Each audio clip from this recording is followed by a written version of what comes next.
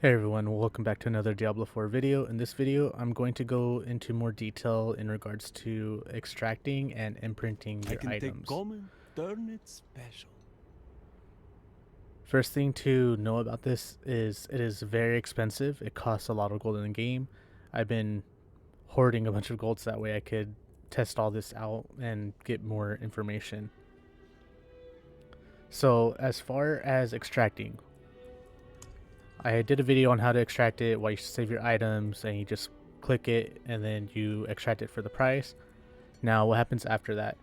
So after that, a very important thing to consider is once you do that, it becomes an aspect. So right here, so I extracted a legendary item, paid the fee, now it becomes an aspect. It's within your tab on your inventory. Once you have this, it stays unless you decide to sell it. See how it says sell value on the bottom right? Now, something to keep note of with this, it says allowed item types under the description. It says ring. So what this means is when it comes to imprinting, this can only be imprinted onto a ring. Any other item will not take it.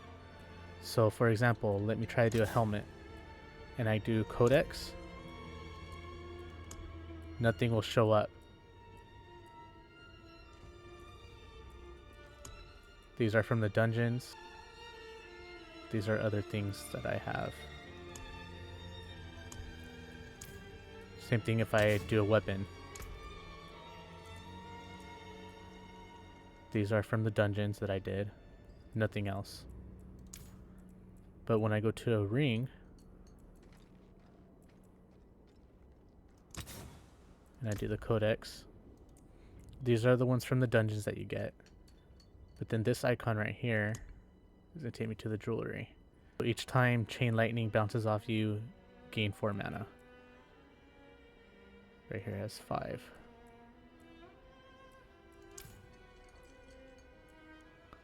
So click on that. This is from the aspect. So one thing to keep note is whenever you do an aspect, it says allowed item types. So for this one, it says ring. So that means anywhere else you cannot get it. So for example, the weapon, see how it's not highlighted? I can't use this for the aspect right here. But the moment I do the jewelry piece, now it allows that. So it's going to take this aspect right here and apply it onto this ring. See how this one says 4 mana? This one says 5. So then I'll be able to get those rewards from it. That's a quick way of doing it from the inventory whenever you have it on your aspect page from your inventory. But another way of doing it is you go to your Codex of Power, click on Show My Class Only. There's different tabs. If it has multiple tabs, you click on it and it changes. If there's only one, then that means that's all there is that you can apply. So I'm clicking on here, and now this is what's in my Codex. But one thing to pay attention to is right here, it says gain 4 mana versus my aspect that I have right here, which says gain 5 mana. So with these, it means there's different possible rolls that you can get with these. So just pay attention to that. You don't want to spend all this gold just to get a lower roll. So if I were to do this, I'd be only getting 4 versus if I do from the inventory, I'd be getting 5. See, now my ring will be gain the 5. So now I'm going to extract.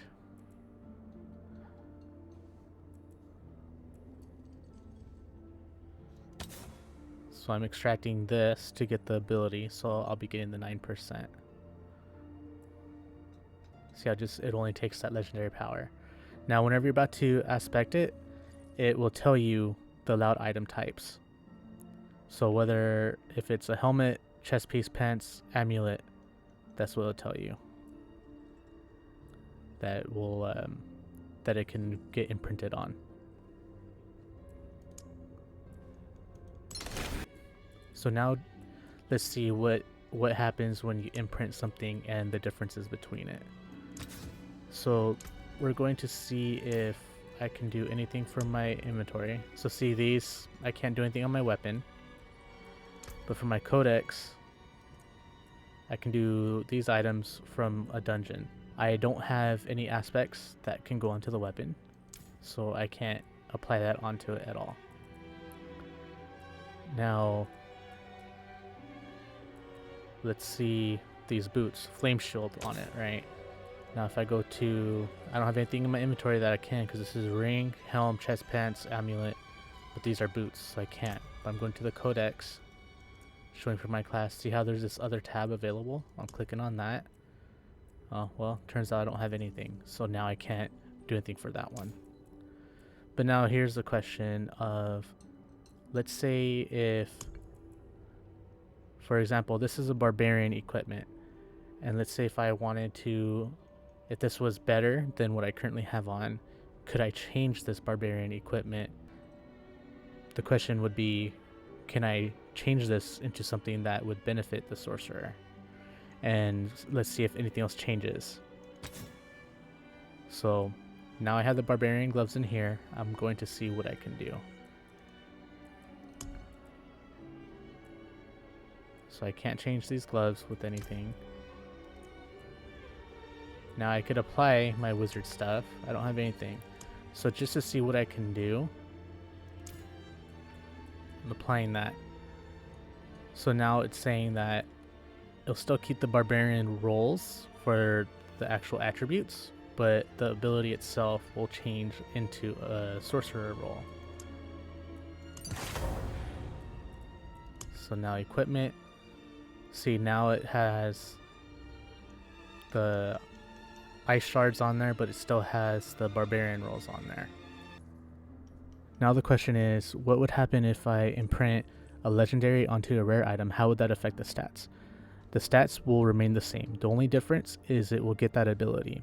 The downside to doing this is you are missing out on a roll on your item. However, if it is better than what you have on, then yes, it will be an upgrade. The biggest thing to consider is, do you have enough gold to do it? If you don't, then hold off on it, because there's always a chance you're going to get something better that drops, or even a legendary with another roll on it that could help you. If you have the gold and you're able to spend it, you want to test stuff out, especially with the limited time we have, then go for it. So as you see on right here, you can tell if it's imprinted because see how the ability says imprinted, then it says the stats on it, right? This means that this was previously a yellow, which is a rare item, and I imprinted a legendary ability onto it. So it turned into a legendary and gained the ability. Versus, see, these were dropped as legendary. Notice how I have 4 rolls on it, but it also has the legendary ability on it. That is the difference.